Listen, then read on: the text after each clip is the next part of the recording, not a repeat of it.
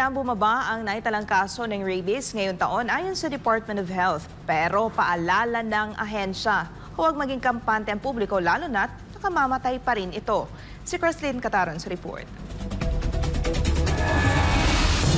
Umaabot sa 67 kaso ng rabies ang naitala sa bansa mula sa unang araw ng Enero hanggang 8 ng Marso ngayong taon ayon sa Department of Health o DOH.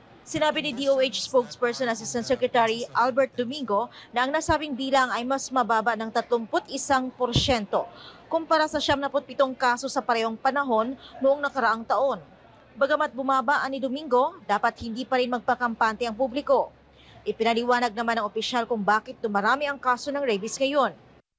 Yung mga teorya na sinasabi bakit pag tuwing tag-init, no? Dahil traditionally, ito yung panahon na nagbabakasyon yung mga bata at lumalabas. Although ngayon, alam natin nagbago yung school calendar. Pero sinasabi rin na maaaring may impluensya yung init dun sa behavior ng ating mga hayop.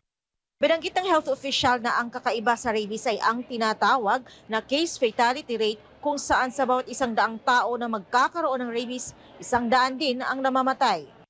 100% ang case fatality rate. So talagang mapanganib ito, no? At hindi talaga dapat natin na pinapasawalang bahala na pag merong nakakalmot ng aso or pusa or yung ating nalawayan ng aso at pusa. Dahil lalo na kung di natin kilala yung ating hayop na nakasalamuha, baka may rabies yan. Pinayuhan naman ni Domingo ang publiko na kung nakalmot o nakagat ng aso o pusa, ang unang dapat gawin ay hugasan ang bahaging nakagat.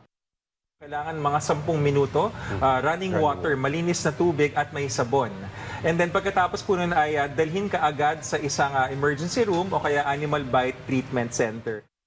Para sa Diyos at sa Pilipinas kong mahal, Creslyn Catarong, SMNI News.